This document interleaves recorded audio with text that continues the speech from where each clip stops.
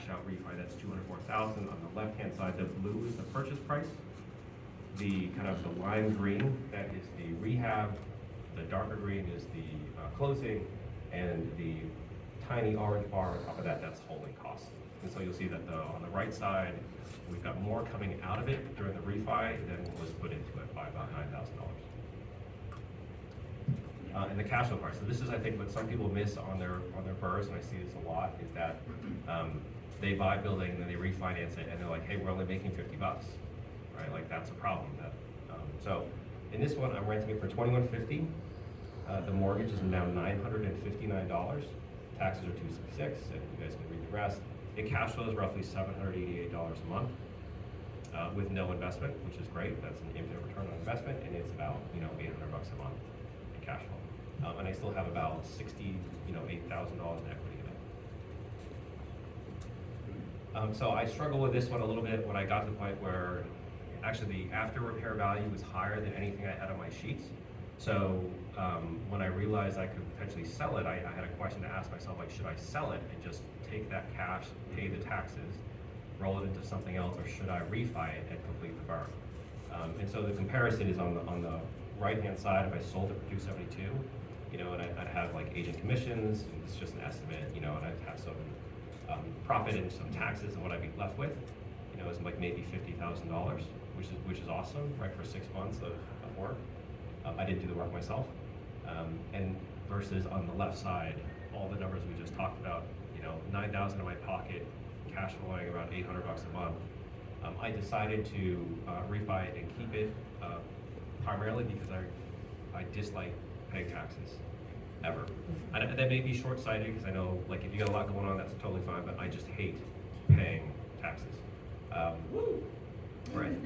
And then the other idea is, like, I was thinking that maybe I could 1031 this in a year or two. So if I hold it for a year or two and it's proven that it's an investment property, it's a single family, but it's proven that it's an investment property, I can 1031 it into something else and get that back. So I'm still kind of torn on whether I should have flipped it versus rented it, but it's a done deal, so that's what I did. So the before and after photos. So before, that's, again, it's a tiny little house. It had asbestos siding, bad windows, and then the after. What you cannot see in here is the smell, right? And it is amazing. It is totally amazing. So that's the house, and then we've got, and so, I forgot, it is also a hoarder house. So I forgot to mention that. It's a cat issue, it's a cat poop issue, it is a hoarder house. That is the living room. It's literally from the same angle coming out that door where that picture was taken. So obviously with that stuff cleared out, it looks much nicer.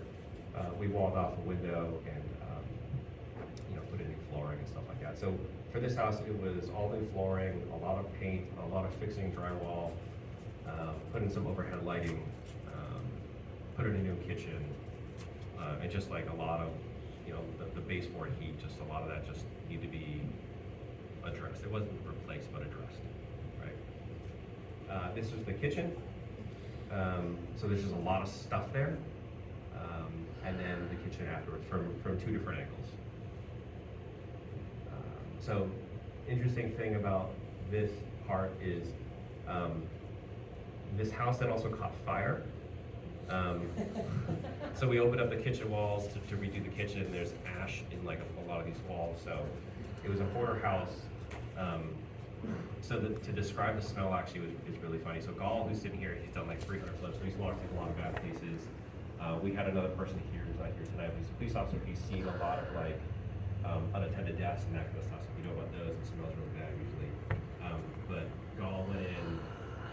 You had to leave, right? Yeah. Yeah. And you gave me the burrito that I cannot eat. Yes, I did buy him. I bought him a burrito for coming out and take a look at it, and then he couldn't eat the burrito. And then the other person, who's a police officer, walked in, and he was dry heaving. So he's a full-time police officer who's seen stuff and was dry heaving, walking through an empty house. This is not the house full. This was the house empty. It was really bad. That was on the And it was actually so.